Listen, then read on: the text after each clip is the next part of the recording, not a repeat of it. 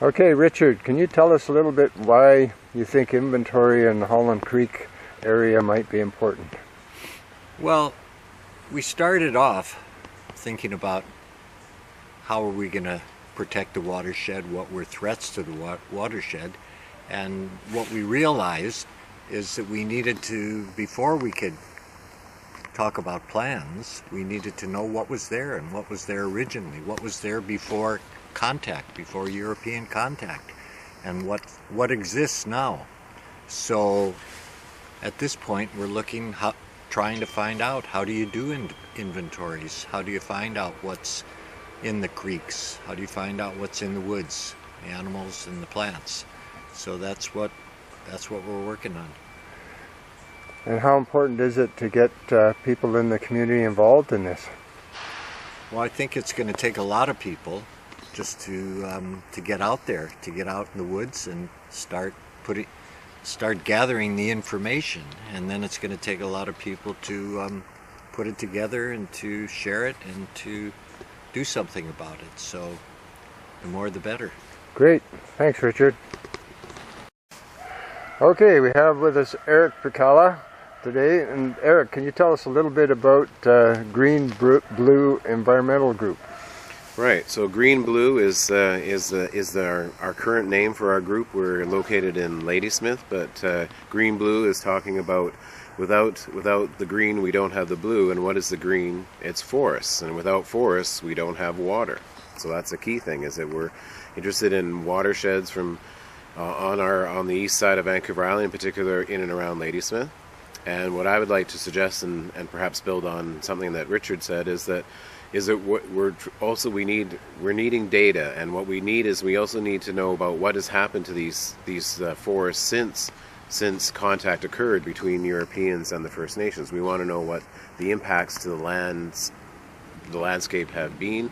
We want to know the impacts of if there's been any big forest fires, but in particular forest harvesting. That the forest harvesting has changed these forests dramatically from the point that we used to have 100% of old growth forests in our watersheds. Now we're down to less than 1%, especially in the coastal Douglas fir ecosystem. So I would suggest that there is so much knowledge that we don't know about these watersheds and the impacts that have occurred in these watersheds, that is one of the key reasons why we need data, is to be able to answer and understand these questions. What are the impacts of man, let alone the impacts of man combined with the climate change that man has been driving.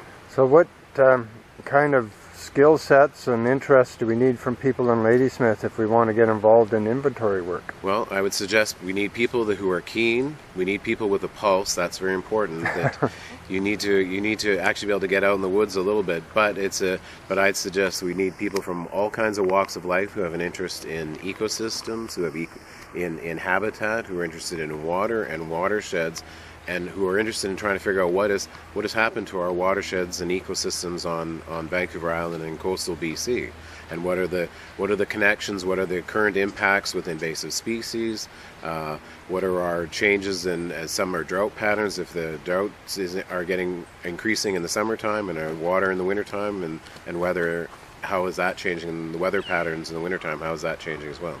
Okay, great, thank you. Ladysmith's a wonderful community, and I think we've got a lot of people here with a lot of knowledge, skills. We've got a lot of history of First Nations occupancy and traditional use of this area, and I'd like to try to find ways to harness that area. So whether we're interested in measuring stream quality, whether we're doing stream flow, forest inventory, habitat inventory, whether you're interested in birds, you might be interested in plants, you might be interested in the relationship between how the community grows and our water supply. All of these things are things that we need data for, and we need to monitor on a long-term basis. So how do we engage people and get more people involved in this work?